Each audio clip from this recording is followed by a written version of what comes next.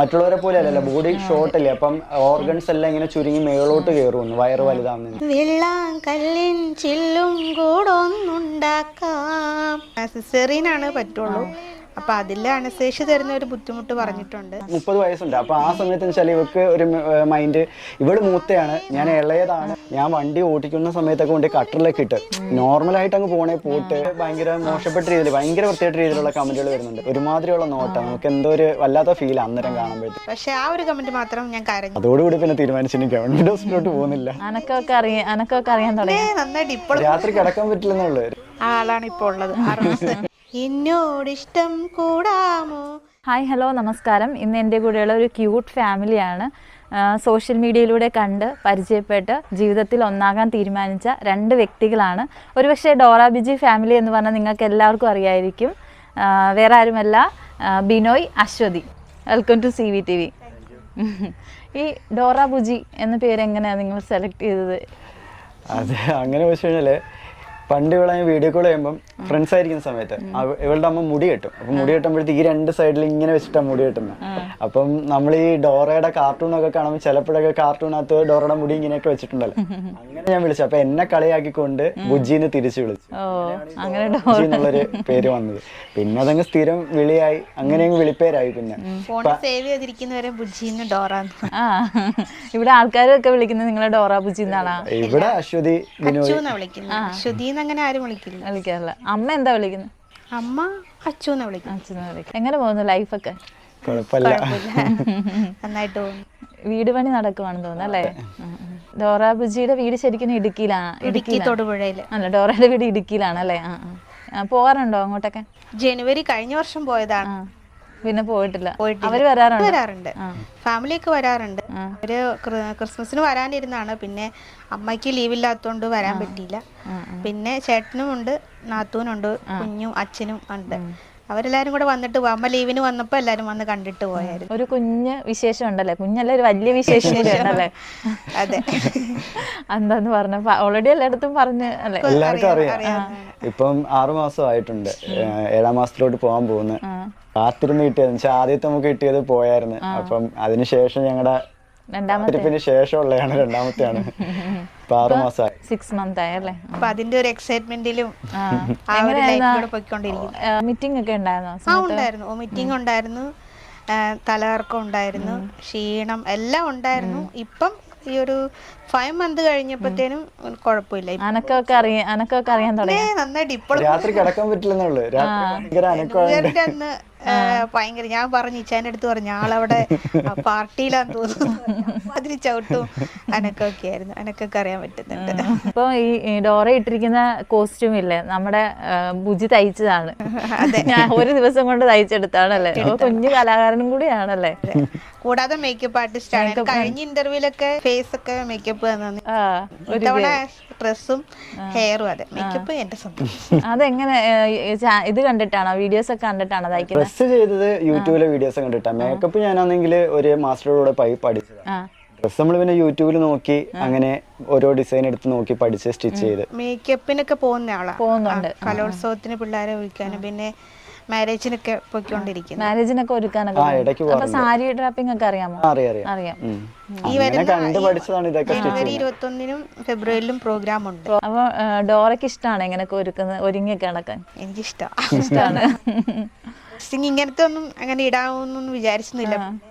ഇശാൻ പറഞ്ഞു എപ്പോഴും ഒരു വെറൈറ്റി ആയിക്കോട്ടെ എന്ന് പറഞ്ഞ ഡ്രസ്. അല്ല, എല്ലാവർക്കും ഗൗൺ ടൈപ്പാ, ഇങ്ങനെ സാരി ടൈപ്പ് ഒന്നും. അപ്പൊ അങ്ങനെ അതിലെന്തെങ്കിലും ഒരു വെറൈറ്റി ആയിട്ട് ചെയ്ത് കൊടുക്കാൻ. സാരി ഫുൾ ഉടുക്കാൻ പറ്റില്ല അവർക്ക്. അപ്പൊ ഇത് ഹാഫ് ആയിട്ടുള്ള അങ്ങനെ കിട്ടില്ലേ സാരി? സാരി ഞാൻ ഉടുത്തിട്ടുണ്ട് ഫംഗ്ഷൻസിനൊക്കെ. ചേട്ടന്റെ മാരേജിനൊക്കെ ഫുൾ സാരി ഉടുത്തു. അപ്പൊ കുറച്ച് ലെങ്ത് കൂടും, അത് അഡ്ജസ്റ്റ് ചെയ്ത്. അല്ലാതെ കട്ട് ചെയ്തിട്ടൊന്നും ഇതുവരെ ഉടുത്തിട്ടില്ല. അപ്പൊ അതിലേനെ ഒരു വെറൈറ്റി നോക്കാന്ന് വിചാരിച്ചിട്ട് യൂട്യൂബിൽ ഇങ്ങനെ കുറെ തപ്പിയപ്പം ഈ ഒരു ഡിസൈൻ കണ്ടു. ഒരുപാട് പേര് ചെയ്തിട്ടുണ്ട്. അപ്പൊ അങ്ങനെ കണ്ട് വെട്ടിയതൊക്കെ. അപ്പൊ എങ്ങനെയാണ് വെട്ടുന്നൊക്കെ? ഇവളുടെ ഈ ഗൗണിന്റെ അളവ് വെച്ചിട്ട് നമ്മള് ടോപ്പ് ഗൗണിന്റെ അളവ് വെച്ചിട്ട് എടുത്ത്, പിന്നെ ബാക്കിയെല്ലാം നമ്മളാണെങ്കിൽ അതിൽ കണ്ട രീതിയിൽ തന്നെ ഷേപ്പ് ചെയ്തെടുത്ത് എംബ്രോയിഡറി ഒക്കെ. അത് ഈ സാരിയുടെ അറ്റത്തന്നെ, ഇത് ഞാൻ സാരി എടുത്ത് തയ്ച്ചതാ. അപ്പൊ ആ സാരി മേടിക്കുന്ന സമയത്ത് തന്നെ ഈ ഒരു എംബ്രോയിഡറി വർക്ക് അതിനകത്ത് ഉണ്ടായിരുന്നു. നമ്മൾ ആ ഇതിൽ തന്നെ ബ്ലൗസിൽ കൊടുക്കുമ്പോൾ അത് കൊടുക്കണം എന്നുള്ള രീതിയിൽ തന്നെ നോക്കിയെടുത്തത്. ഈ കല്യാണത്തിന് മുമ്പ് അറിയായിരുന്നോ ഈ മിനുക്ക് പണിയൊക്കെ കയ്യിലുണ്ടെന്ന്? മേക്കപ്പ് ആർട്ടിസ്റ്റ് ആണ്, അതറിയായിരുന്നു. സ്റ്റിച്ചിങ് അങ്ങനെ അറിയാം, ഇത്രയും അറിയാവുന്ന ഞാൻ പറഞ്ഞു. ഇത്ര അറിയാന്ന് പ്രതീക്ഷിച്ചില്ല. ക്രിസ്മസിന് ഗിഫ്റ്റ് ആയിട്ട് ഒരു ഗൗൺ തയ്ച്ചു തന്നായിരുന്നു, അത് അപ്പൊ തന്നെ ഞെട്ടിയായിരുന്നു. അപ്പോഴാണ് ആദ്യമായിട്ട് തയ്ക്കുന്നത്? ആദ്യമായിട്ട് ഞാൻ തയ്ക്കുന്ന അന്നേരമാണ്. അല്ലാതെ ഇങ്ങനെ ചെറിയ ചെറിയ തയ്യലും കാര്യങ്ങളെന്ന് വെച്ചാൽ സ്റ്റിച്ച് ചെയ്യും, നമ്മള് നൈറ്റി ഒക്കെ സ്റ്റിച്ച് ചെയ്യും, അങ്ങനെയൊക്കെ ഉള്ളു.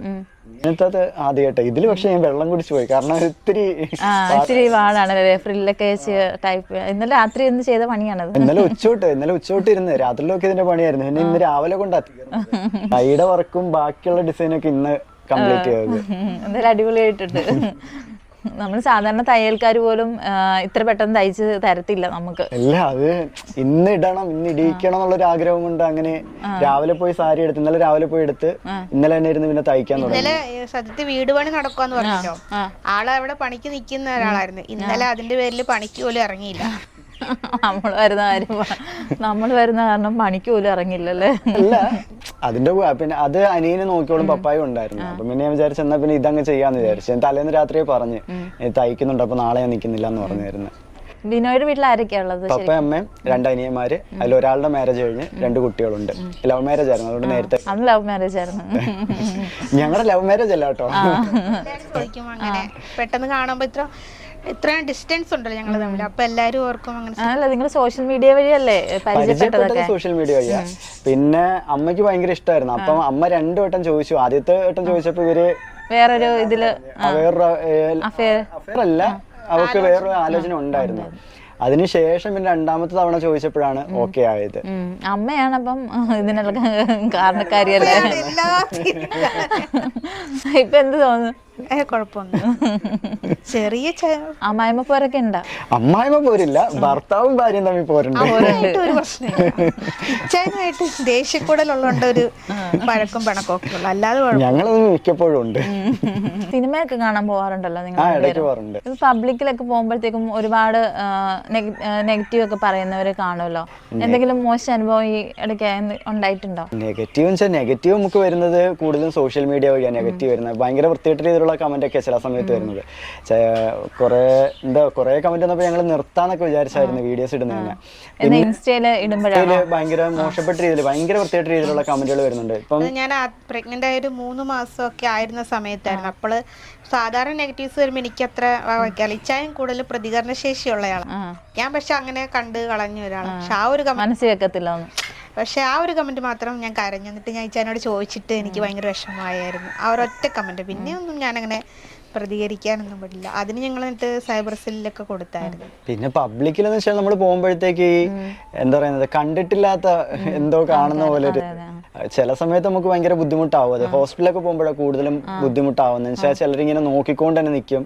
ചിലപ്പോൾ നമ്മൾ എന്തെങ്കിലും എവിടെയെങ്കിലും ട്രിപ്പ് പോവുക എന്തെങ്കിലും ചെയ്യുകയാണെങ്കിൽ അന്നേരവും ഒരുമാതിരിയുള്ള നോട്ടാണ്. നമുക്ക് എന്തോ ഒരു വല്ലാത്ത ഫീൽ അന്നേരം കാണുമ്പോഴത്തേക്ക്. പക്ഷെ ഇപ്പൊ ഈ കുറച്ച് നാളും കൊണ്ട് നമ്മൾ ഹോസ്പിറ്റലിലൊക്കെ പോകുമ്പോൾ ഒരുപാട് പിന്നെ ആൾക്കാരൊന്നും സംസാരിക്കുന്നുണ്ട്. ഇപ്പൊ നമുക്ക് ഇപ്പൊ നെഗറ്റീവ് വരുന്നത് സോഷ്യൽ മീഡിയ വഴിയാണ്. നെഗറ്റീവ് യൂട്യൂബിലാണെങ്കിലും വരുന്നുണ്ട്, ഇൻസ്റ്റയിലാണെങ്കിലും വരുന്നുണ്ട്. എന്താ കാരണം എന്ന് അറിയില്ല. അതിനൊക്കെ റിപ്ലൈ കൊടുക്കാറുണ്ടോ? ഇല്ല, ഇപ്പൊ നേരത്തെ ഞങ്ങൾ കൊടുക്കുമായിരുന്നു. ഇപ്പൊ നേരത്തെ അവള് പറഞ്ഞില്ലേ ഇത്തിരി പ്രതികരണ ശേഷി എനിക്ക് ഉള്ളതുകൊണ്ട് ഞാൻ പെട്ടെന്ന് റിപ്ലൈ കൊടുക്കും. പക്ഷെ ഇപ്പം ഞാൻ അങ്ങനെ മൈൻഡ് ചെയ്യാറില്ല. പോട്ടെ എന്ന് പറഞ്ഞ് വിടുക ചെയ്യുന്നത്. അവളോടത്ത് ഞാൻ പറയും വിട്ടേക്കാൻ പറയും. പക്ഷെ അന്നൊരു കമന്റ് വന്നാൽ അത്രയും ഞങ്ങളെ വേദനിപ്പിച്ചായിരുന്നു. അങ്ങനെ അതുകൊണ്ട് നമ്മൾ സൈബർ സെല്ലിലൊക്കെ കേസ് കൊടുക്കേണ്ടി വന്നത്. പിന്നെ അത് ആ വഴിക്ക് അങ്ങ് വിട്ട് മൈൻഡ് ചെയ്യണ്ടെന്ന് വിചാരിച്ച്. പ്രഗ്നൻസി ടൈമിൽ കുറെ കോംപ്ലിക്കേഷൻസ് ഒക്കെ ഉണ്ടായിരുന്നോ? എന്തായിരുന്നു ഡോക്ടർ പറഞ്ഞത്? നമുക്ക് സിസേറിയനാണ് പറ്റുള്ളൂ. അപ്പൊ അതിൽ അനസ്തേഷ്യ തരുന്ന ഒരു ബുദ്ധിമുട്ട് പറഞ്ഞിട്ടുണ്ട്. ഇപ്പൊ നമ്മൾ പ്രൈവറ്റിലാണ് കാണിച്ചുകൊണ്ടിരിക്കുന്നത്. ഗവൺമെന്റിൽ പോയപ്പോൾ ഞങ്ങൾക്ക് ഒരു അനുഭവം ഉണ്ടായിരുന്നു. ഈ കുഞ്ഞിനെ കളയണം എന്ന് പറഞ്ഞു വെച്ചാല് ട്യൂബിലാണ്, ഇവക്കും ഹാർട്ടിന് പ്രശ്നമുണ്ട്, അതുകൊണ്ട് പ്രഗ്നന്റ് ആവാൻ പറ്റത്തില്ല, അബോർഷൻ ചെയ്യണം എന്നൊക്കെ പറഞ്ഞ് നമ്മള് ഓണത്തിന്റെ തലേന്നായിരുന്നു. അപ്പം മെഡിക്കൽ കോളേജിലേക്ക് വിട്ടേ. അന്നേരം ഞങ്ങള് ഇപ്പൊ കാണിക്കുന്ന ഹോസ്പിറ്റലിൽ സത്യം പറഞ്ഞാൽ അബോർഷൻ ചെയ്യാം എന്ന് വിചാരിച്ച് ഞങ്ങൾ കയറിയതാണ്. അപ്പം 2 അമ്മമാരും ഉണ്ട് ആ സമയത്ത്. എല്ലാരും വന്നായിരുന്നു ഇത് അറിഞ്ഞപ്പോഴത്തേക്ക്. ഭയങ്കര സീനായിരുന്നു അന്നേരം.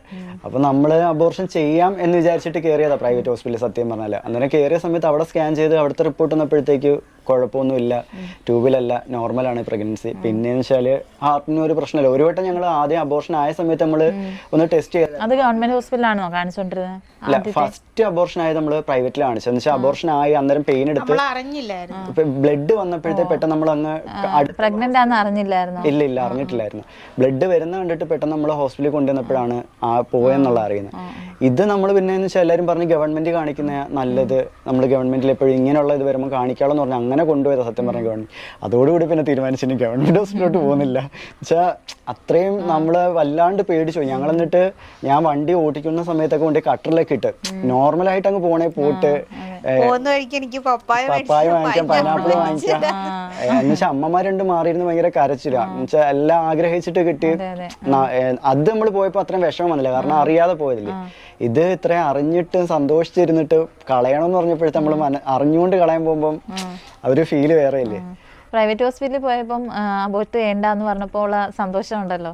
സന്തോഷം ഉണ്ടായിരുന്നു, പിന്നെ ടെൻഷൻ ഉണ്ടായിരുന്നു. കാരണം അവര് പറഞ്ഞു ഒരാഴ്ച നമ്മളൊന്ന് വെയിറ്റ് ചെയ്യും, ഒരാഴ്ചയും കൂടി കഴിഞ്ഞ് സ്കാൻ ചെയ്യുമ്പോൾ എങ്ങനെയുണ്ടെന്ന് അറിഞ്ഞിട്ട് പറയാം, എന്നിട്ട് നമ്മൾ കൺഫേം ചെയ്താൽ മതി. പിന്നെ ഒരു 3 മാസം വരെ നമ്മൾ ആരുടെ അടുത്തും പറയണ്ട, കാരണം ഒന്ന് ഇവളുടെ ആരോഗ്യത്തിന്റെ ഇത് വെച്ചിട്ടും പിന്നെ എന്തെങ്കിലും ഉണ്ടോ എന്നുള്ള അറിയാൻ പറ്റില്ലല്ലോ. അന്നേരം 3 മാസം കഴിഞ്ഞ് പറഞ്ഞാൽ മതി എന്ന് പറഞ്ഞു. അങ്ങനെ നമ്മൾ ഒരാഴ്ച വരെ വെയിറ്റ് ചെയ്ത് സ്കാൻ ചെയ്തപ്പം കുഴപ്പമൊന്നുമില്ല. റെസ്റ്റിലായിരുന്നല്ലേ? അതൊരു 3 മാസം കഴിയുന്നവരെ റെസ്റ്റിലായിരുന്നു, അങ്ങോട്ടും പോക്കോ അങ്ങനെയൊന്നും ഇല്ലായിരുന്നു. പിന്നെ ഇപ്പോഴാർക്കാണ് യാത്ര ചെയ്യാൻ തുടങ്ങിയത്, ഇപ്പോൾ കുറച്ച് നാളായിട്ടുള്ളൂ. ആളാണ് ഇപ്പോൾ ഉള്ളത്. ചെറിയ ഇടിയൊക്കെ തരുന്നുണ്ടല്ലേ? അത് ഞാൻ തിരിച്ചു കൊടുക്കാറുണ്ട്. വഴക്കുടുമ്പോ കൊടുക്കും? ഇല്ല, വഴക്കുടുമ്പോഴല്ല, വഴക്കുടുമ്പോ ഒന്നും അടുത്തോട്ട് വരത്തില്ല, അല്ലാതെ തരാറുണ്ട്. ആദ്യം കുറെ ലവ് ഫെയിലർ ആയെന്നൊക്കെ പറഞ്ഞില്ലേ, അതിന് ശേഷമല്ലേ ഡോറയെ കണ്ടത്? അതെന്താ സംഭവിച്ചത്? ഇങ്ങോട്ട് തേച്ചിട്ട് പോയതാ? സാധാരണ അങ്ങോട്ടാ ഇത് കൊറേ തേപ്പ് ഇങ്ങോട്ടായി. 3-4 തേപ്പ് കിട്ടിയിട്ടുണ്ട്. ലാസ്റ്റത്തെ തേപ്പ് ഒരു 6 തേപ്പ്. എന്താ അവരൊക്കെ പറഞ്ഞത്? ഇല്ല, അങ്ങനെ പ്രത്യേകിച്ചൊന്നും പറഞ്ഞില്ല. ഇഷ്ടത്തോടെ ഇരിക്കും. ഒന്നെന്ന് വെച്ചാല് ഞാൻ സത്യം പറഞ്ഞാൽ വിളിച്ചിറക്കിക്കൊണ്ട് വരുന്നൊരു ഘട്ടം വന്നിട്ട് കൊണ്ടുവന്ന് നിർത്തിയിട്ട് ഡ്രസ്സ് എടുക്കാൻ വേണ്ടി പോയപ്പോഴേ തിരിച്ചത് വീട്ടിൽ പോയി. കല്യാണത്തിന് ഡ്രസ്സ് എടുക്കാൻ പോയപ്പോ തിരിച്ചു വീട്ടിൽ പോയെന്നോ? ഒളിച്ചോടി പോകാൻ വേണ്ടിട്ട് ഡ്രസ്സ് എടുക്കാൻ പോയത്. അപ്പം വീട്ടിൽ പോയി, പുള്ളിക്കാരിയുടെ വീട്ടിലോട്ട് പോയി. അങ്ങനെ പിന്നെ അങ്ങനെ ഒരു അനുഭവം ഉണ്ട്. പിന്നെ ഒരെണ്ണം എന്ന് വെച്ചാല് വീട്ടിലൊക്കെ വഴക്കായി ഭയങ്കര സീനായ ഒരെണ്ണം ഉണ്ടായിരുന്നു. അത് ഒരു 8 നില പൊട്ടിക്കേണ്ട വന്ന് ഞാനായിട്ട് പൊട്ടിച്ചതാണ്. അത് നമുക്ക് തേപ്പ് കിട്ടുമെന്ന് മനസ്സിലായപ്പോൾ ഞാനായിട്ടും പൊട്ടിച്ച്. അത് കഴിഞ്ഞിട്ടാണ് പിന്നെ ഈ ഒരു ബന്ധം വരുന്നത്. മൂന്നാമത്തെയാണ്? അല്ല, മൂന്നാമത്തെ അല്ല, ഇത് 5ാമത്തെ. അങ്ങോട്ടൊന്നും തേച്ചിട്ടില്ല? അങ്ങോട്ട് ഞാൻ തേക്കാൻ പോയിട്ടില്ല, എല്ലാം ഇങ്ങോട്ടാ കിട്ടുന്ന തേപ്പ് മൊത്തം. കൈ നീട്ടി സ്വീകരിച്ച്. അതുകൊണ്ടാണോ സ്ത്രീകളോടൊക്കെ ഇടയ്ക്ക് വെറുപ്പ് തോന്നിയെന്ന് പറഞ്ഞത്?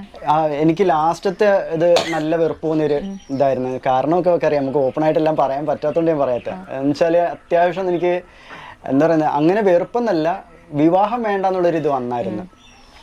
വേണ്ട, നമുക്ക് ഇനി മാരേജ് അങ്ങനത്തെ ഒന്നും വേണ്ട, നിർത്താം, ഇവിടെ കൊണ്ടല്ല നിർത്താന്നുള്ള രീതി വിവാഹം വേണ്ടെന്ന് വന്നായിരുന്നു. പിന്നെ അത് കഴിഞ്ഞതിന് ശേഷം ഇവളുടെ കാര്യം വന്നപ്പോഴെന്ന് വെച്ചാൽ എല്ലാവരും ആലോചിച്ചു. അപ്പൊ ഞാൻ നോക്കിയപ്പോൾ ഫ്രണ്ട്സ് ആണ്. അപ്പൊ അമ്മയ്ക്കൊക്കെ അറിയായിരുന്നോ ഈ തേപ്പ് കിട്ടിയ കാര്യം? അമ്മയ്ക്കൊക്കെ അറിയായിരുന്നു, എല്ലാവർക്കും അറിയായിരുന്നു. വെച്ചാല് ഇക്കടെ കല്യാണത്തിന്റെ സമയത്തൊക്കെ ഇവിടെ ഉണ്ടായിരുന്നു പുള്ളിക്കാരി. അപ്പം എല്ലാവർക്കും അറിയാവുന്നതായിരുന്നു, നമ്മുടെ പരിസരത്താണെങ്കിലും വീട്ടിലാണെങ്കിലും ഫ്രണ്ട്സിനാണെങ്കിലും എല്ലാവർക്കും അറിയാവുന്നതായിരുന്നു. നമ്മൾ അതോടുകൂടി പിന്നെ വേണ്ട, കല്യാണമേ വേണ്ടെന്ന് വെച്ച ആളാണ്, വിട്ടു. എന്തുകൊണ്ട് ഡോറ്? അതെന്ന് വെച്ചാല് ഒന്ന് കൂട്ടുകാരാണല്ലോ, പിന്നെ വെച്ചാൽ അമ്മയ്ക്ക് ഇഷ്ടമാണ്. അപ്പൊ ഞാൻ നോക്കിയപ്പോഴത്തേക്ക് ഞാൻ നേരത്തെ ഒരു വീഡിയോ പറഞ്ഞപ്പോ അല്ല ടിക്ടോക്ക് വഴിയല്ലേ? എനിക്ക് ടിക്ടോക്ക് വഴിയെ പുള്ളിക്കാരി അറിയാൻ, ചാറ്റ് ചെയ്തിട്ടുണ്ട്. പക്ഷെ പുള്ളിക്കാരിക്ക് എന്നെ ഓർമ്മയില്ല. അപ്പൊ ഭയങ്കര ഫേമസ് ആയി നിൽക്കുകയാണ്, അതുകൊണ്ടാണ്. അന്ന് ഫേമസ് ആയിരുന്നു. അപ്പൊ പിന്നെ അപ്പൊ സാധാരണക്കാരൊന്നും മൈൻഡ് ചെയ്യില്ല. ഇല്ല, ചാറ്റ് ചെയ്തിട്ടുണ്ട്, പക്ഷെ പുള്ളിക്കാരിക്ക് ഓർമ്മയില്ല എന്നെ. പിന്നെ ഇൻസ്റ്റാഗ്രാമിൽ നിന്ന് ഞാൻ അങ്ങോട്ട് നിന്നാ മെസ്സേജ്, ടിക്ടോക്കിലുള്ള എല്ലായിരുന്നോ, എന്നെ ഓർമ്മയുണ്ടോന്നൊക്കെ ചോദിച്ചാൽ അങ്ങോട്ട് പോയ മെസ്സേജ്. അപ്പം എന്നോട് ചോദിച്ചതെന്ന് വെച്ചാൽ മോൻ്റെ, ഞാൻ ഈ സംസാരിച്ച് ഒന്ന് ഫ്രണ്ട്സ് ആയപ്പോൾ ഞാൻ ചോദിച്ചു താല്പര്യമുണ്ടോ, എനിക്കിങ്ങനെ താല്പര്യമുണ്ട്. അതിപ്പോഴല്ല, ഒരു 2-3 കൊല്ലത്തിന് മേളിലായി അത് ചോദിച്ചത്. അപ്പം പുള്ളിക്കാരി പറഞ്ഞു മോൻ എത്ര പ്രായം ഉണ്ടെന്ന് ചോദിച്ചു. ഇങ്ങോട്ട് ഇവളുടെ ഒരു മൈൻഡ് എന്ന് വെച്ചാല് എല്ലാരും മോനെ മോളെ എന്നൊക്കെ വിളിക്കും. ഇവക്ക് ഇതുള്ളതുകൊണ്ട്, ഇങ്ങനെ ആയതുകൊണ്ട് ഇവക്കാണെങ്കിൽ 30 വയസ്സുണ്ട്. അപ്പൊ ആ സമയത്ത് വെച്ചാൽ ഇവക്ക് ഒരു മൈൻഡ്, ഇവള് മൂത്തയാണ്, ഞാൻ ഇളയതാണ് എന്നുള്ളൊരു രീതിയിലായിരുന്നു. അപ്പൊ എന്നെ ആ സമയത്തൊക്കെ മോനെന്നൊക്കെ വിളിച്ചോണ്ടിരുന്നു. പിന്നെ പ്രായം മനസ്സിലായി. ഇപ്പൊ വേറെയാണ് വിളിക്കുന്നത്. ഞാൻ ഈ പറഞ്ഞ നേരത്തെ ബുജ്ജി എന്ന് തന്നെയായിരുന്നു വിളിച്ചോണ്ടിരുന്നത്. അപ്പൊ കല്യാണം കഴിഞ്ഞപ്പം അമ്മയൊക്കെ പറഞ്ഞു ഇച്ചിരി ബഹുമാനം കൊടുക്കണം, അതുകൊണ്ട് ഇച്ചായമ്മ അവരുടെ മുമ്പിൽ മാത്രം അല്ല, പിന്നെ ഇടയ്ക്കൊക്കെ ഞാൻ വിളിക്കാറുണ്ട്. അതുകൊണ്ട് ഇപ്പൊ ഞാൻ ഇച്ചായെന്ന് വിളിക്കും. എന്നിട്ട് ഇൻസ്റ്റയില് വഴി പിന്നെ പരിചയപ്പെട്ടു. ഫോൺ നമ്പർ വാങ്ങിച്ചു. ഫോൺ നമ്പർ നേരത്തെ ഫോൺ നമ്പർ ഉണ്ടെങ്കിലും ഇവളുടെ കയ്യിൽ പോയല്ല. അപ്പം പിന്നെ ഫോൺ നമ്പർ തന്നു. അമ്മമാരുമായിട്ട് പിന്നെ കൂട്ടായി. ഞാൻ എൻ്റെ ഒരു ക്യാരക്ടർ വിശ്വസിച്ചാണ് ഈ ഫോൺ നമ്പർ കൊടുത്തത്. ഇല്ല, എനിക്ക് സംസാരിച്ചപ്പോൾ എനിക്ക് മനസ്സിലായി കൂടുതലും എനിക്ക് അറിയുന്നേ, നമ്മളെ അടുത്തായിട്ട് സംസാരിക്കുമ്പോൾ നമുക്ക് നെഗറ്റീവായിട്ട് നമ്മളിലേക്ക് സംസാരിക്കുന്നവരും എന്തുദ്ദേശമാണെന്നൊക്കെ അറിയാൻ പറ്റുമല്ലോ. ഇച്ചായനിൽ നിന്ന് എനിക്ക് അന്നും അങ്ങനെ മോശപ്പെട്ട, അന്നും അത് ഇന്നും അത് മോശമായിട്ടുള്ള രീതിയിലുള്ള ഒരു സംസാര ബിഹേവിയർ ഒന്നും തന്നെ ഉണ്ടായിട്ടില്ലായിരുന്നു. അപ്പം അതുകൊണ്ട് പിന്നെ എൻ്റെ അമ്മയായിട്ട് ഇച്ചായന് സംസാരിക്കുമായിരുന്നു, ഇവിടുത്തെ അമ്മയായിട്ട് അങ്ങനെ ഭയങ്കര കമ്പനി ആയിരുന്നു ഞങ്ങളെല്ലാവരും. അങ്ങനെയാണ് അമ്മമാര് വഴി ഒരു ഫാമിലി ഫ്രണ്ട് പോലെ ആയിരുന്നു നമ്മൾ പൊക്കോണ്ടിരുന്നത്. നേരിട്ട് കണ്ടിട്ടില്ലായിരുന്നു. ജസ്റ്റ് ഈ വീഡിയോ കോൾ ചെയ്യും, വിളിക്കും, അങ്ങനെ പോകുന്നവളായിരുന്നു. എൻ്റെ അനിയന് ഇടുക്കിയിലാണ് വർക്ക് ചെയ്യുന്നത്. അപ്പൊ അവിടെ വെച്ചൊരു ആക്സിഡന്റ് ആയിട്ട് അവനെ കൂട്ടിക്കൊണ്ടുവരാൻ പോകുമ്പോൾ ഇവള് പറഞ്ഞു എന്നാ ഒന്ന് ജസ്റ്റ് കണ്ടിട്ട് പോവാം. അപ്പൊ ഇവള് വർക്ക് ചെയ്യുന്നതിന്റെ ഓഫീസിന്റെ ഫ്രണ്ടിൽ കൂടെ വർക്ക് ചെയ്യുന്നുണ്ടായിരുന്നു. ആ സമയത്ത് വർക്ക് ചെയ്യുന്നുണ്ടായിരുന്നു. എവിടെയാണ്? തൊടുപുഴ ലോട്ടറി ഓഫീസിൽ വർക്ക് ചെയ്യുന്നത്. അപ്പൊ അങ്ങനെ പോയപ്പോഴും എനിക്ക് കാണാൻ പറ്റിയില്ല. പിന്നെ അത് കഴിഞ്ഞിട്ട് ഈ അമ്മമാരെല്ലാം ആലോചന വന്നു. ഏകദേശം നമുക്ക് ഉറപ്പിക്കാം, അതിനു മുമ്പ് ഒരു പെണ്ണ് കാണൽ ചടങ്ങ് എന്തായാലും വേണമല്ലോ. അപ്പൊ അങ്ങനെ ഒരു ചടങ്ങിന് വേണ്ടിയിട്ട് നിൽക്കുന്ന സമയത്ത് ഞാൻ എൻ്റെ ഒരു ഫ്രണ്ടും കൂടെ ഇവക്ക് ഭയങ്കര പേടി. എന്നുവെച്ചാൽ ഈ പെണ്ണ് കാണൽ ചടങ്ങ് കഴിഞ്ഞതിന് ശേഷം വേണ്ടാന്ന് പറയുമോ, അങ്ങനെയുള്ളൊരു ടെൻഷൻ. വീട്ടിൽ വന്ന് കല്യാണം കഴിഞ്ഞിട്ട് പോലും ടെൻഷൻ ആയിരുന്നല്ലേ? രജിസ്റ്റർ മാരേജ് കഴിഞ്ഞിട്ട് പോലും ഞങ്ങൾക്ക് വിശ്വസിക്കാൻ പറ്റുന്നില്ല കല്യാണം കഴിഞ്ഞു. അല്ലേ അവളും പറയുമായിരുന്നു എനിക്കിത് വിശ്വസിക്കാൻ പറ്റുന്നില്ല കല്യാണം കഴിഞ്ഞു എന്നുള്ള. എനിക്ക് സത്യം പറഞ്ഞാൽ അങ്ങനെ തന്നെയായിരുന്നു. അതുകൊണ്ട് ഞങ്ങൾ ആ ഒരു എന്താ പറയുന്നത്, ഒരു ഹസ്ബൻഡും വൈഫും തമ്മിലുള്ള ആ ഒരു ഇതുണ്ടല്ലോ, അതൊന്നും ആ സ്റ്റാർട്ടിങ്ങിൽ ഇല്ലായിരുന്നു. പിന്നെ ഞങ്ങൾ ഒന്നിച്ച് ജീവിക്കാൻ തുടങ്ങി. ഏത് 7 മാസം രജിസ്റ്റർ മാരേജ് കഴിഞ്ഞ് 7 മാസം കഴിഞ്ഞിട്ട് ഒന്നിച്ച് ജീവിക്കാൻ തുടങ്ങിയത്. അതിനുശേഷം സത്യം പറഞ്ഞാൽ അപ്പൊ അന്ന് പെണ്ണ് കാണാൻ പോയിട്ട് പറഞ്ഞില്ല? പെണ്ണ് കാണാൻ ഞാൻ പോയെന്ന് വെച്ചാല് ഞാനും എൻ്റെ ഒരു ഫ്രണ്ടും കൂടെ പോയാ പെണ്ണ് കണ്ടത്. പെണ്ണ് കണ്ടെന്ന് വെച്ചാൽ ഇവക്ക് പേടി ഇഷ്ടാവോ ഇല്ലയോ എന്നുള്ളത്. അങ്ങനെ പോയി കണ്ടു. അപ്പൊ ഞാൻ പറഞ്ഞു എനിക്ക് ഓക്കെ ആണെന്ന് പറഞ്ഞു. അപ്പം പിന്നെ പുള്ളിക്കാരിയും പറഞ്ഞു എന്നാ കുഴപ്പമില്ല, വീട്ടുകാരെയും കൂട്ടിക്കൊണ്ട് പോകാന്ന് പറഞ്ഞു. അങ്ങനെ അപ്പൊ അന്ന് സംസാരിക്കുകയൊക്കെ സംസാരിച്ചായിരുന്നു. അന്ന് ആദ്യമായിട്ട് കാണുന്നത്. കണ്ടതിന് ശേഷമാണ് ഞങ്ങൾ പിന്നെ ഓക്കെയാണ് മുന്നോട്ട് പോവാം എന്നുള്ള രീതിയിലോട്ട് വരുന്നത്. അങ്ങനെ പിന്നെ ഞാൻ വീട്ടിൽ പറഞ്ഞു. അതിനു മുമ്പ് അമ്മ പറഞ്ഞു നീ ഒന്ന് പോയി ജസ്റ്റ് കണ്ടിട്ട് വന്നു, നിനക്ക് ഓക്കെ ആണെങ്കിൽ ഞങ്ങൾ ഓക്കെ ആണ് എന്ന് പറഞ്ഞു. അമ്മയ്ക്ക് ഇഷ്ടമാണ്, അമ്മയ്ക്ക് മരുമോളായിട്ട് വേണമെന്ന് അമ്മ ഒരുപാട് തവണ ചോദിച്ചിട്ടുണ്ട് അടുത്ത്, എൻ്റെ മരുമോളായിട്ട് വരാമെന്ന്. അന്നല്ല ഇവള് വേണ്ടെന്ന് പറഞ്ഞു വിടുമായിരുന്നു. അപ്പം ഞാൻ ഓക്കെ പറഞ്ഞപ്പോൾ അമ്മ പറഞ്ഞു എന്നാൽ നമുക്ക് എല്ലാവരും കൂടെ പോയി ആലോചിക്കാന്ന് പറഞ്ഞു. അങ്ങനെ പോയി ആലോചിച്ച് സത്യം പറഞ്ഞാൽ അന്ന് പെണ്ണാണൽ ചടങ്ങിന് പോയി അവിടെ വെച്ച് ഞങ്ങൾ ഉറപ്പിച്ച് തിരിച്ചു വരിക ചെയ്തത്. ചടങ്ങായിട്ടല്ല, ഒരു വാക്കുറപ്പിലായിരുന്നു സത്യം പറഞ്ഞത്, പെണ്ണാണൽ ചടങ്ങല്ലായിരുന്നു. പിന്നെ പെട്ടെന്ന് തന്നെ ഡേറ്റ് എടുത്തു. ഫെബ്രുവരി ലാസ്റ്റിൽ ഞങ്ങൾ പോയി കണ്ടു. മാർച്ചിൽ നമ്മൾ കാര്യങ്ങൾ സംസാരിച്ച് ഏപ്രിലിലേക്ക് രജിസ്റ്റർ മാരേജിനുള്ള ഇത് കൊടുത്തു. മെയ് ആയപ്പം ഡേറ്റും കിട്ടി. അതിനുശേഷമാണ് പിന്നെ 7 മാസം കഴിഞ്ഞിട്ടാണല്ലേ പിന്നെ ഇങ്ങോട്ട് കഴിഞ്ഞ 7 മാസം ഇവളുടെ വീട്ടിലും ഞാൻ എൻ്റെ വീട്ടിലും. ഞാൻ അവിടെ അക്ഷയയിലപ്പോൾ വർക്ക് ചെയ്യുന്നുണ്ടായിരുന്നു, ജോബ് ഉണ്ടായിരുന്നു. അപ്പൊ ഞാൻ അവിടെ തന്നെയായിരുന്നു. ഇച്ചാന് തൃശ്ശൂരായിരുന്നു ഞാൻ ആ സമയത്ത്. എന്നുവെച്ചാല് നമ്മൾ കല്യാണമായിട്ട് നടത്തി കൊണ്ടുവരണം എന്നുള്ളൊരു ആഗ്രഹം ഉണ്ടായിരുന്നു ഞങ്ങൾക്ക് രണ്ടുപേർക്കും. ഇതുവരെ നടന്നിട്ടില്ല. ഇനിയിപ്പോഴെന്ന് വെച്ചാല് വളകാപ്പ് നടത്തണമെന്നുണ്ട്, പിന്നെ കുഞ്ഞായി കഴിയുമ്പോൾ മാമോദീസ നടത്തണമെന്നുണ്ട്. അപ്പം പിന്നെ ഒരു ചെറിയ ചടങ്ങ് വെച്ച് എല്ലാം ആ കൂട്ടത്തിൽ അങ്ങ് നടത്താനുള്ള ഒരു ആഗ്രഹത്തില്ല. വിചാരിക്കുന്ന പോലെ സത്യം പറഞ്ഞാൽ ഒന്നും നടക്കാറില്ല. അതാണ് സത്യം. അതുകൊണ്ട് ഞങ്ങൾ ഇങ്ങനെ മുൻകൂട്ടി ഒന്നും പറയുന്നില്ല. ഈ ഡോറയുടെ വീട്ടില് ഇത് അറിഞ്ഞു കഴിഞ്ഞപ്പോഴത്തേക്കും എന്താ പറഞ്ഞത്? ഇല്ല, ഇപ്പൊ എന്നെ സംബന്ധിച്ച് കല്യാണം എന്നുള്ള ലൈഫൊന്നും അങ്ങനെ വിചാരിച്ചിട്ടേ ഇല്ല, അങ്ങനെയൊന്നും ഇല്ലായിരുന്നു. പിന്നെ ഇച്ചാൻ ഇങ്ങനെ ഒരു ഇത് വന്നു കഴിഞ്ഞപ്പോഴത്തേനും, കാരണം നമ്മളറിയാം നമ്മളെ ഇഷ്ടപ്പെടുന്ന ഒരാൾ വീട്ടിലും, ഇച്ചാൻ്റെ വീട്ടിലും ഫാമിലിയിലും ആർക്കും ഇങ്ങനെ ഒരാൾ വന്നെന്ന് ഓർത്ത് കുഴപ്പമില്ല. ഇച്ചാനും ഇതുവരെ ആ ഒരു ഇങ്ങനെ ഒരു ഇതുണ്ടെന്ന് ഓർത്തുകൊണ്ട് ആരുടെ രീതിയിൽ നിന്നുള്ളൊരു ബിഹേവിയർ ഇതുവരെ എനിക്ക് ഉണ്ടായിട്ടില്ല. ഇച്ചാൻ്റെ ഫാമിലിയിൽ നിന്നായാലും ഇച്ചാനിൽ നിന്നായാലും. അപ്പൊ അതൊക്കെ എൻ്റെ വീട്ടിൽ പറഞ്ഞപ്പോഴത്തേനും സംസാരിച്ച് നോക്കാൻ കുഴപ്പമില്ല. ബിനോയായിട്ട് സംസാരിച്ചായിരുന്നു. എന്നെ ആദ്യം വിളിച്ച ഞാൻ അച്ഛനുമായിട്ട് സംസാരിച്ചിട്ടുണ്ടായിരുന്നു. അച്ഛനും അമ്മയായിട്ട് ഞാൻ എപ്പോഴും സംസാരിക്കാറുണ്ടായിരുന്നു. ഇവളുമായിട്ട് കൂട്ടായിരുന്ന സമയത്ത് അമ്മയായിട്ട് ഞാൻ നല്ല കമ്പനിയായിരുന്നു. പിന്നെ അത് കഴിഞ്ഞിട്ട് കല്യാണാലോചന വന്നപ്പം അതിനെക്കുറിച്ച് സംസാരിക്കാൻ വിളിച്ച ചേട്ടന്. അപ്പൊ ഞാൻ ചേട്ടൻ ചോദിച്ചതിനുള്ള ഉത്തരവൊക്കെ കൊടുത്തു. ഒരു ഇന്റർവ്യൂ പോലെ ആയിരുന്നു. ഞാൻ കാര്യമായിട്ട് സംസാരിച്ചു. അത് കഴിഞ്ഞിട്ട് പിന്നെ ആലോചനയായിട്ട് പെട്ടെന്ന് മുന്നോട്ട് പോയി. ഹാപ്പി ആയിട്ട് മുന്നോട്ട് വന്നു. തട്ടിയിലും മുട്ടിലും ഒക്കെ ഉണ്ട്, എന്നാലും കുഴപ്പമില്ല. എല്ലായിടത്തും ഉണ്ടല്ലോ പിണക്കങ്ങളും ഒന്നും ഇല്ലാത്ത ജീവിതം. എനിക്ക് ഇരിക്കാൻ പറ്റത്തില്ല, അതാണ് സത്യം.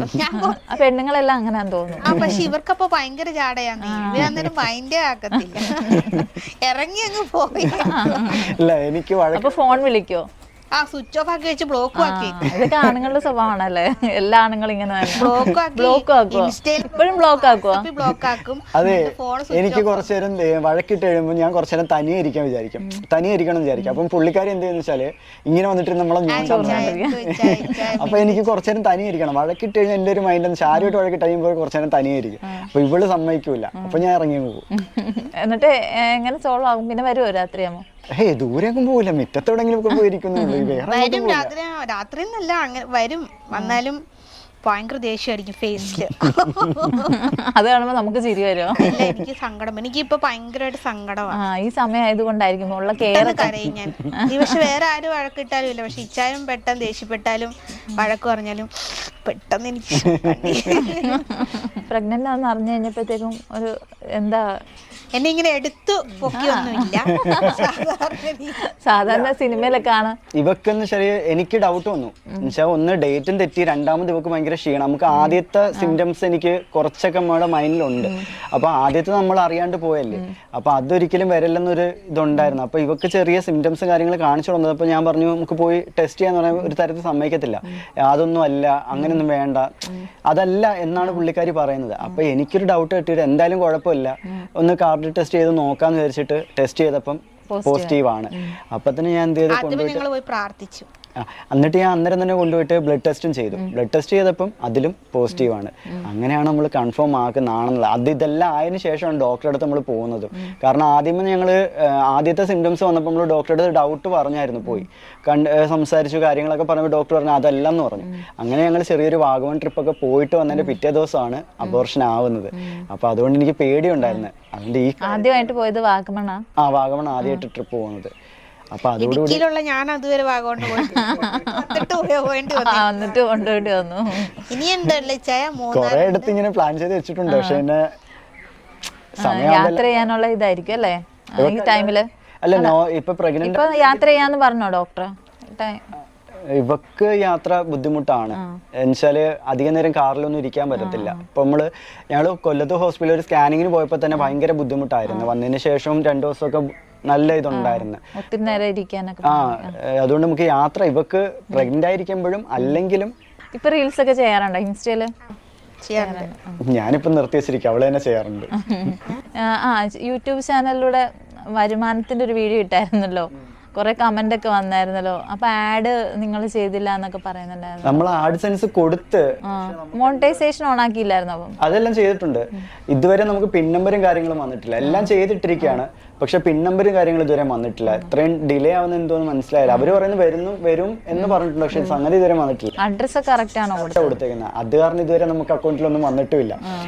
ഡിസംബറിൽ ഇപ്പൊ കഴിഞ്ഞു, ജനുവരിയിൽ സ്റ്റാർട്ട് ആയിട്ടുണ്ട്, പക്ഷെ ഇതുവരെ അക്കൗണ്ടിൽ പൈസ കയറിയിട്ടില്ലെന്നേ ഉള്ളൂ. ആൾക്കാരൊക്കെ ചോദിക്കാറുണ്ടോ? എല്ലാരും പറയാ, അതിനകത്ത് കമന്റ് ഒക്കെ ഇട്ടിട്ടുണ്ടായിരുന്നു, മോണിറ്റൈസേഷൻ ചെയ്യാത്തതിന്റെ ആയിരിക്കും, നിങ്ങൾ കറക്റ്റ് ആയിട്ട് ചെയ്യലേ, എന്താ ഫ്രണ്ട്സിന്റെ അടുത്തൊക്കെ ചോദിച്ചാൽ. ഞങ്ങൾ ചെയ്തതല്ല, നമ്മളൊരു വേറൊരു ഫ്രണ്ടിനെ കൊണ്ട് ചെയ്യിപ്പിച്ച യൂട്യൂബ് ചാനലുള്ളവർ തന്നെയാണ്. സംഗതി എന്താണെന്ന് അറിയില്ല, പിൻ നമ്പർ ഇതുവരെ നമുക്ക് കിട്ടിയിട്ടില്ല. അപ്പൊ നിങ്ങളുടെ അക്കൗണ്ട് വെച്ച് ഫോൺ നമ്പറൊക്കെ നിങ്ങളുടെ തന്നെയല്ലേ ടൈപ്പ് ചെയ്ത്? മെയിൽ ഐ ഡി അക്കൗണ്ട് എല്ലാം നമ്മുടെ തന്നെ കൊടുത്തേക്കുന്നത്. സംഗതി വന്നിട്ടില്ല, എന്താ കാര്യം അറിയത്തില്ല നമുക്ക്.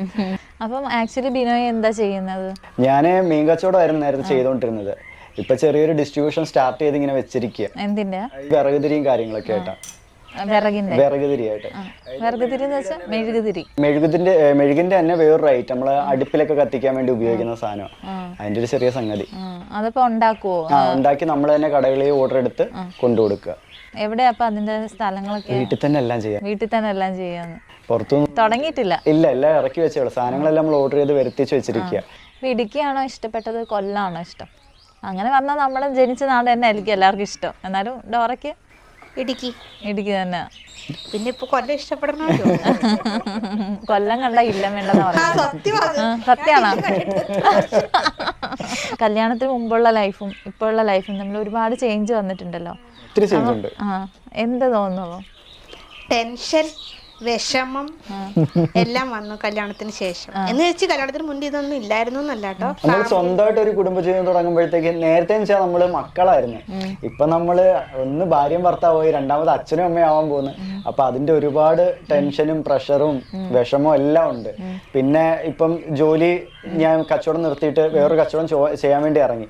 അപ്പൊ അതിന്റെയും കുറെ ടെൻഷൻസ് വന്നിട്ടുണ്ട്. വെച്ചാല് കുറച്ച് നമ്മൾ പൈസയായിട്ട് കുറച്ച് ബുദ്ധിമുട്ടായിട്ടുണ്ട്. അപ്പൊ അതിന്റെ കുറെ പിന്നെ വെച്ചാൽ പ്രഗ്നന്റ് ആയതിന്റെ കുറച്ച് ടെൻഷൻ ഉണ്ട്. പക്ഷേ ആഴ്ച ചിലപ്പോൾ 2 വട്ടം 3 വട്ടം ഒക്കെ നമ്മൾ ചെക്കപ്പിനും കാര്യങ്ങൾക്കൊക്കെ പോകേണ്ടതുണ്ട്. അടുത്താണോ ഹോസ്പിറ്റൽ? ഓസ്ട്രേലിയ ഇവിടുന്ന് ഒരു 22-23 കിലോമീറ്റർ കാണും. എന്നുവെച്ചാൽ നമ്മൾ അവിടെയാണ് വാടകയ്ക്ക് താമസിച്ചിരുന്നത് ആദ്യമേ. അപ്പൊ അതുകൊണ്ട് പെട്ടെന്ന് നമ്മൾ അവിടെ കാണിച്ചിരുന്നേ. പിന്നെ ഇങ്ങോട്ടേക്ക് മാറിയത് ഇപ്പം ഒരു 2 മാസം. ഇത് സ്വന്തം സ്ഥലമാണ്? ഇത് സ്വന്തം സ്ഥലം. ഇങ്ങോട്ടേക്ക് മാറിയിട്ട് 2 മാസം ആയതുള്ളൂ. അപ്പം ഇച്ചിരി ഡിസ്റ്റൻസ് ആയി പോയി. പിന്നെ ഇവക്ക് ശ്വാസം മുട്ടലുണ്ട്. അന്നേരം ഡോക്ടർ ഇങ്ങനെ പറഞ്ഞു, ഈ മാസം കൂടുന്നതനുസരിച്ച് ശ്വാസം മുട്ട് കൂടും. കാരണം മറ്റുള്ളവരെ പോലെ അല്ലല്ലോ, ബോഡി ഷോർട്ട് അല്ലേ. അപ്പം ഓർഗൻസ് എല്ലാം ഇങ്ങനെ ചുരുങ്ങി മേളോട്ട് കയറുന്നു വയറ് വലുതാവുന്നതനുസരിച്ച്. അപ്പൊ അതുകൊണ്ട് ബുദ്ധിമുട്ട് കൂടുതൽ വരും. നമ്മൾ എന്തിനും കരുതി ഇരിക്കണം എന്ന് പറഞ്ഞിട്ടുണ്ട്. അതുകൊണ്ട് അത്രയും കെയർ ചെയ്ത് ഇങ്ങനെ നിൽക്കുവാണ്. എങ്ങനെയാ അപ്പൊ യാത്രയൊക്കെ ചെയ്യുന്നത് അങ്ങോട്ടേക്ക് ഹോസ്പിറ്റലിലോട്ട് പോകുന്നത്? ഇവക്ക് വേണ്ടിയിട്ട് അമ്മ ഒരു ചെറിയ സെക്കൻഡ് കാർ എടുത്തായിരുന്നു. അപ്പൊ അതിലാണ് ഇപ്പം കൊണ്ടുപോകുന്നത്. എന്തെങ്കിലും ഒരു എമർജൻസി വന്നാൽ അതിലങ്ങോട്ട് പെട്ടെന്ന് കൊണ്ടുപോകും. ഡോറയുടെ ഒരു പാട്ട് കേൾക്കാം നമുക്ക്. ഓടരുത് കേട്ടോ ആരും. കണ്ണാ തുമ്പി പോരാമോ, എന്നോടിഷ്ടം കൂടാമോ, നിന്നെ കൂടാതില്ലല്ലോ ഇന്നെന്നുള്ളിൽ പൂക്കാലം. കളിയാടാമീ കിളിമരത്തണലോരം, കളിയാടാമീ കിളിമരത്തണലോരം. കണ്ണാ തുമ്പി പോരാമോ, എന്നോടിഷ്ടം കൂടാമോ. അപ്പം നിങ്ങളുടെ ആഗ്രഹം പോലെ തന്നെ വീട് പണിയും വേഗം കഴിയട്ടെ. അതുപോലെ തന്നെ ചെറിയ കാര്യത്തിന് വേണ്ടി വഴക്കിടുന്നവരാണ് ഇപ്പം നമ്മളെല്ലാവരും, ഭാര്യയും ഭർത്താവും എല്ലാവരും. ചെറിയ നിസ്സാര കാര്യത്തിന് വേണ്ടിയായിരിക്കും ചിലപ്പോൾ ഡിവോഴ്സ് ചെയ്യുന്നതൊക്കെ. അപ്പം നിങ്ങളുടെ ഒരു ജീവിതം മാതൃകാനാണ്. എല്ലാവരും ഇത് കണ്ടുപഠിക്കേണ്ടതാണ്. ഈ സ്നേഹം എപ്പോഴും ജീവിതത്തിൽ ഉണ്ടാകട്ടെ. നല്ലൊരു കുഞ്ഞാവെ ഈശ്വരൻ നൽകട്ടെ എന്ന് ആത്മാർത്ഥമായിട്ട് തന്നെ പ്രാർത്ഥിച്ചുകൊണ്ട് ടാറ്റ.